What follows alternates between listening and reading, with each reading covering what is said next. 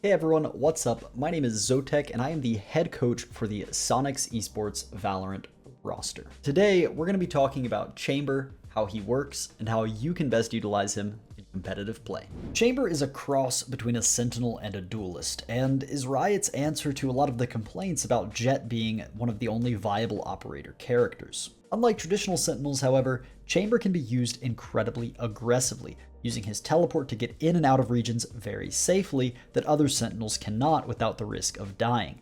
This is coupled with the fact that his pistol and ultimate ability are incredibly strong offensive or defensive tools when you are applying pressure to the enemy team. So let's hop in game and look at some of these in real time. Alright, so let's begin by going over Chamber's abilities and how you can use them, starting off with his teleport. His teleport works fairly simply. You can place two beacons within a set range from one another, and when you are within this golden circle around a beacon, you can teleport to the other one. So for example, if I place one beacon here and one there, I can peek all the way out to this angle here and safely teleport back. This works very similarly to a Jett dash, with the exception that instead of having 2 kills to refresh it, it refreshes every 20 seconds. Now, not only is it different in that way, where you have this ability to use it multiple times within a round, the range is far further than anything Jett can do. One of my personal favorite setups on Ascent is this one here, where you place one in the corner of logs, allowing you to peek B main safely, and then teleport all the way over to tree on a site. Now, it's worth noting that this is slightly slower than the Jett dash by a few milliseconds. So if you Jett dash, you are almost immediately invulnerable, the only difference being with ping and peek advantage that makes you die mid-dash. However, with the Chamber teleport, it takes a few milliseconds to actually activate, so sometimes you will teleport and then die because your character hasn't fully gone to that location yet. However, it is still strong enough that you can take incredibly aggressive fights at the start of the round and safely teleport without much risk. This sets itself up for several types of plays. I'll break them into sort of 3 categories. The first is rotations, the second is aggressive start round plays, and the third is selfish positional plays. I say selfish not in a negative sense, but rather that you use them solely for your own positioning purposes, particularly in clutch situations. So we'll start off with the rotation teleports. These give you the ability to freely roam from site to site almost instantaneously. This is particularly good on maps like Haven or Split, but even on Ascent, there's some high value teleports you can set up. One of my personal favorites we showed earlier, which was the tree area to logs, but you can do a lot of different variants. You can set up one back garden and the other one toward market.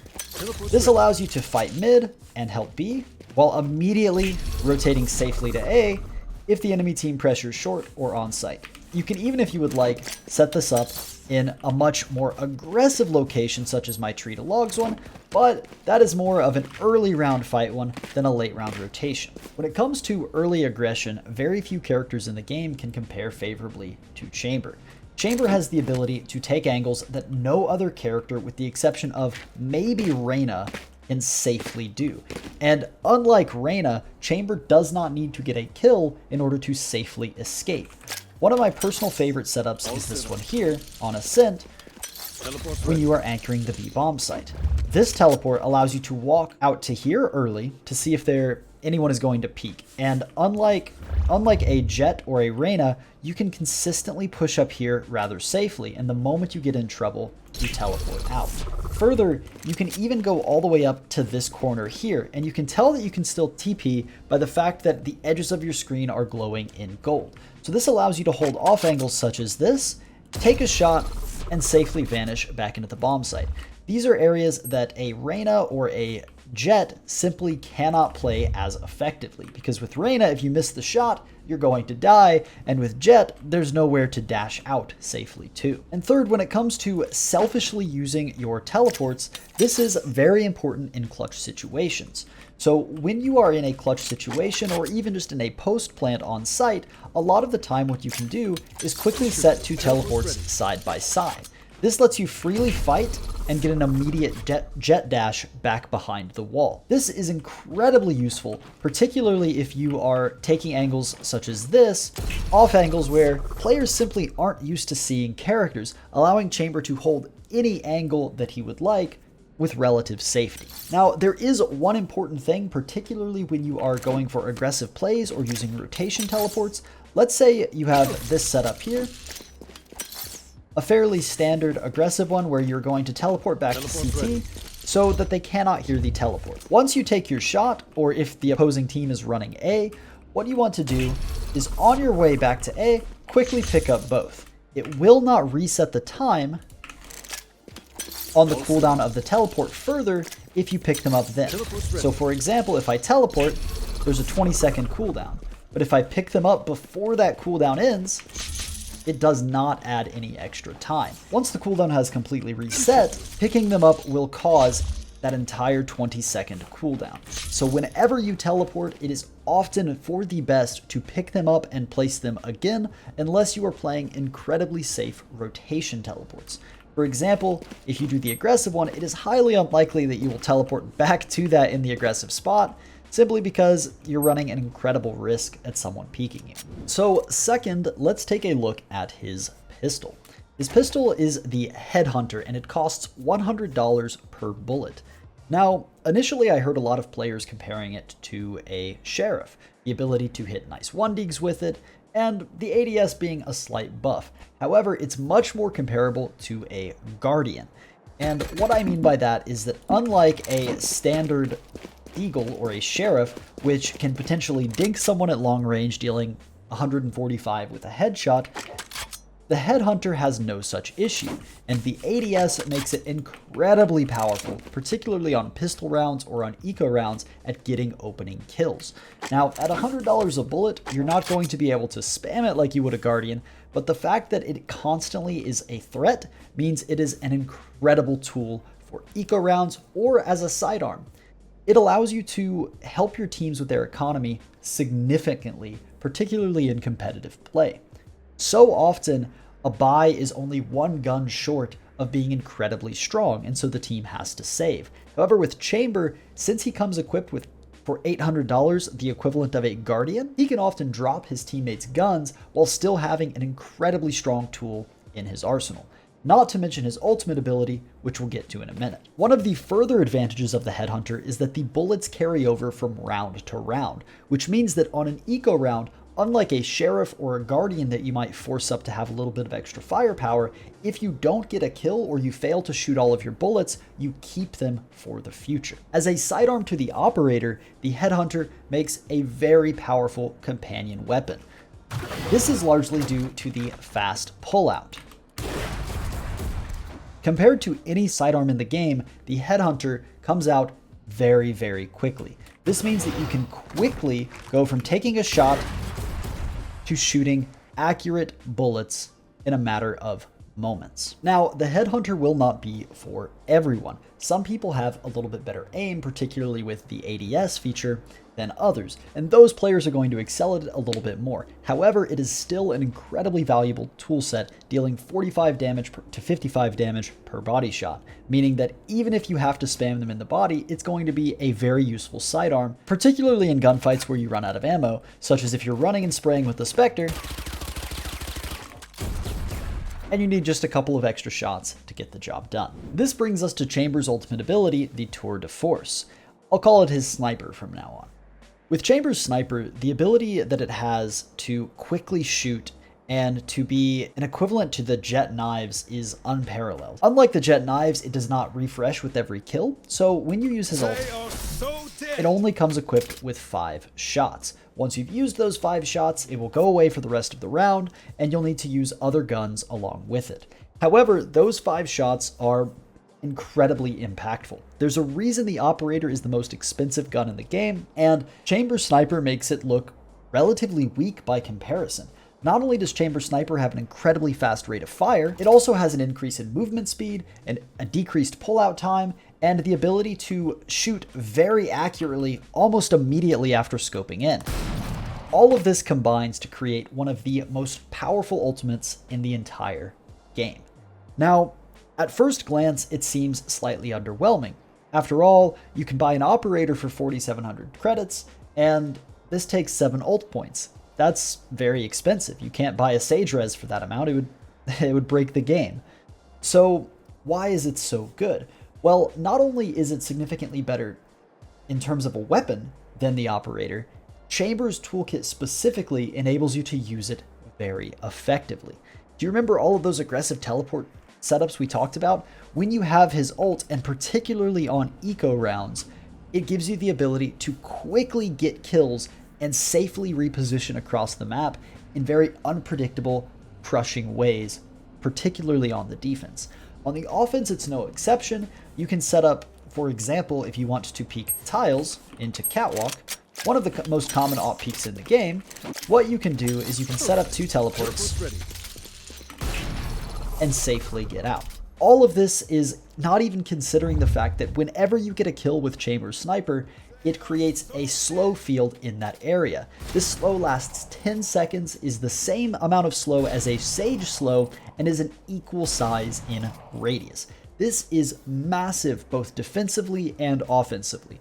Offensively, this means that when you get a kill, rotations cannot flood into that area for a long time, particularly if you are in a post-plant situation. And on defense, this means that using his ultimate to shut down a site push often means that even one kill completely stops the enemy team in their tracks. It is an incredibly useful tool, and one that, similar to Jet Knives, makes every single eco round a nightmare to deal with. So we've gone over Chamber's Headhunter, his sidearm pistol, we've gone over his teleports, and we've gone over his tour de force sniper rifle. But all of these are in fact not the best part of Chamber's kit. The best part of Chamber's kit are his alarm bots. These are incredibly strong, borderline game-breaking features that it's hard for me to see at this stage a world in which Riot does not nerf them. These alarm bots can be placed within a relatively long range from Chamber. This is the max range that he can place the alarm bots in, and they are visible turrets that will rotate and tag anyone that walks inside of this blue circle. So if you want to get a good sense for how large their radius is, this will show you how far they can reach whenever you place them down. So if you want to cover an angle, simply make sure that the blue line reaches the edge of the wall, and if it does, any character that tries to cross this line will get pinged. Now, when a player walks in front of this turret, it will ping on your minimap, and then if they do not either unpeak immediately or smoke off the turret or break it, the turret will shoot a beam at them, which will then create a field of radius slow, similar to Chamber's ultimate. It will last 10 seconds and be an equal slow to the Sage. Now, this by itself would make it the best trip in the game. Better than Cypher trips, better than the alarm bot, simply because they are borderline silent. This is me standing next to this turret at maximum volume. You can no longer hear it when you are this far away. This means that as you walk into an area, not only do you have to look at every single angle as you peek, you have to constantly be ready to react and clear all of your corners for these turrets. If you do not and the slow goes off, it will stop any advance in its tracks. And none of this compares to their efficacy when it comes to team play. In team play, these turrets allow for a nearly infinite amount of possibilities in terms of playing off their contact. This is due to their silence and their large range of vision. This allows you for plays such as this, where you can set a turret short and a teammate can flash or swing off of its contact. And unlike a traditional Killjoy turret or an alarm bot, they cannot hear it before it triggers. So unless they expend a Sova drone or a Skydog or some other piece of utility to find out that the turret is there, they cannot be ready for its contact and your team to swing off of it. This allows you for a variety of defensive plays that can be incredibly hard to deal with. Not only that, when it comes to their ability to hold on to map control, the immense field of vision means that you can easily hold space without expending bodies to do so. One of my personal favorites is once you have a main control to set a turret up in such a location as this and then to leave the space. Because the vision is so wide, it means that anyone coming into that area has to trigger it. It is impossible to avoid. Unlike a Cypher trip, which can be jet updrafted over, these cannot. If a jet tries to updraft over one of these turrets, it will still ping. Now the jet can smoke them off once she is identified by it, so you need to make sure it's in a location that will ping before they can see it. Oh, did I forget to mention? Unlike Killjoy, Chamber does not have to stay within a certain radius from his turrets in order for them to stay active. This means that Chamber can give his teammates turrets across the map, allowing you to do set plays off of their contact on both sites at the same time. At high level play, this is one of the strongest features of the Killjoy turret and almost the entire reason you use the character. This allows you to do set plays across the map multiple times around, both defensively and offensively. So be creative with how you set these up. If you're not coordinating with the teammate, we all know how ranked can be sometimes with people not communicating or coordinating with one another. So be creative with your turrets. Make sure they're placed in positions that you don't think the enemy team will check them, or put them in places that the moment they're pinged, you have a teammate ready to either flash or swing, or you yourself can swing off of, really disrupting the enemy's offense. And you can always find a few sneaky places. My personal favorite, things like this, where even if you clear the angle, it's unlikely you'll notice the turret. So how should you play Chamber? What does Chamber's ideal play style look like? And the answer is that it depends. Chamber is one of the most flexible characters in the entire game, and this means that you can use him as a lurk, as a sentinel, or as a duelist. He is a cross between those two. His teleports give him the ability to either entry frag aggressively and teleport back to safety, or to play defensively and to rotate quickly between angles. For example, I will show you 3 ways you could approach the B side of the map on the attacking side. So the first way is one of my personal favorites, which is at the start of the round, you would set these 2 teleports down. And what these let you do is the first one lets you take this fight right here. And if you run into danger, if you see someone there and you miss your shot, or you're afraid that they're going to kill you, you see they have a turret there and they're going to do a flash play, you can break the turret and immediately escape to safety. And since the cooldown is only 20 seconds, this is not as valuable as a jet dash, where you can spam this again 5 times a round. The jet dash, a little bit harder to use so freely. The second advantage of these 2 is that if you do not see anyone here, you can continue to take space. Because as you come here, if they do PQ market, you can still safely teleport back. And again, as you peek CT, you can safely teleport. And again, as you peek the stairwell, you can also safely get out. Now, if you don't want to set this pre-round, sometimes it can get a little bit weird and you don't want that tiny gap right here where you can't teleport out. What you can do is at the start of the round, simply set the turret down yourself and give yourself a lot more space.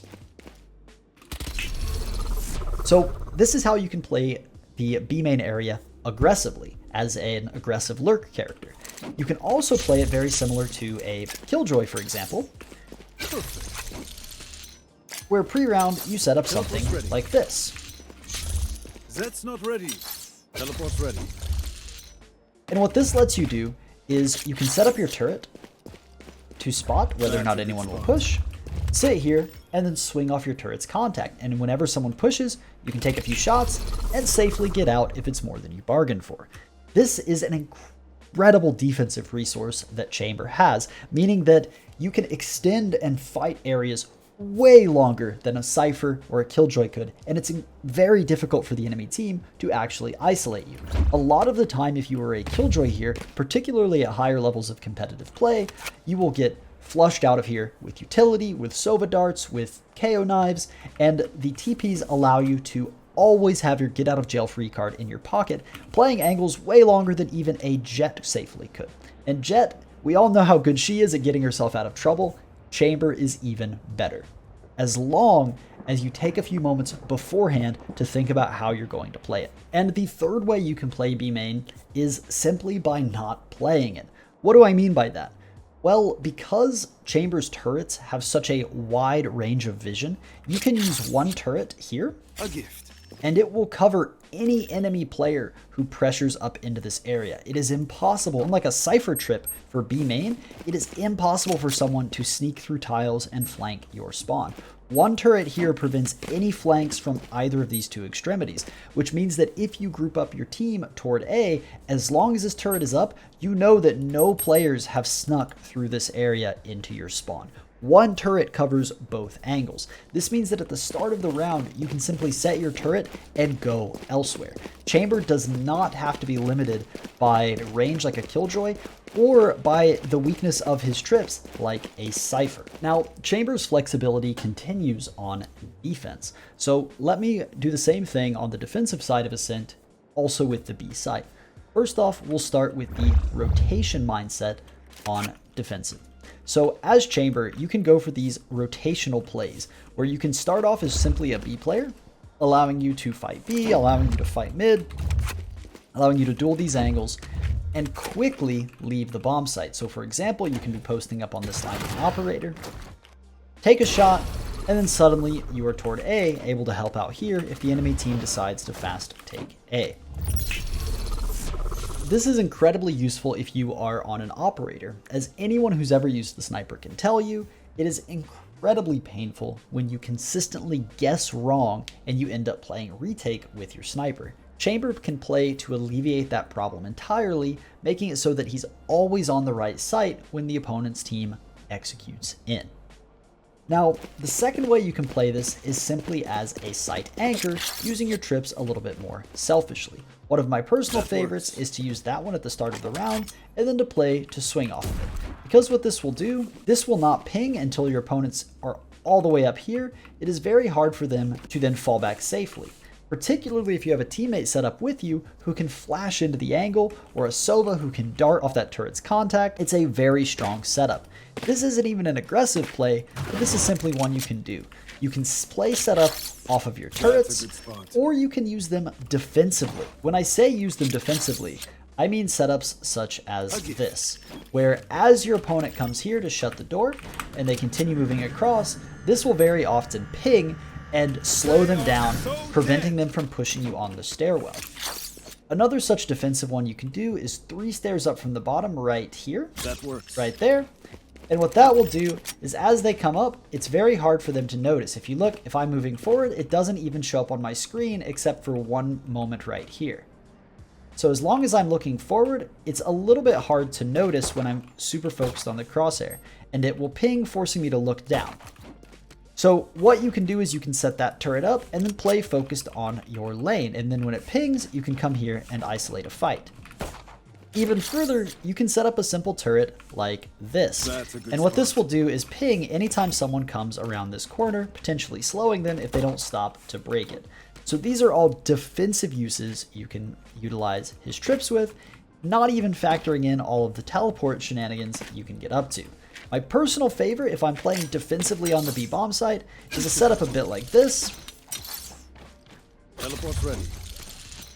With my 2 turrets here, if I'm solo anchoring the bomb site. This is a bit selfishly. Generally, your turrets are so good you'll want your teammates to be playing with them as well across the rest of the map, but this is one of my current favorites. This is because it allows you to play aggressively in the boat area and safely teleport back to the site. And then once you have teleported back to the site, you can then swing off of either trip with relative safety. The moment one pings, you peek out and you know that someone is going to be there, or you peek out here and you know that someone is going to be there. This means that Chamber can very, very effectively anchor a site, particularly when combined with teammate utility, but even solo, the ability to move in and out of areas is something he can do incredibly well.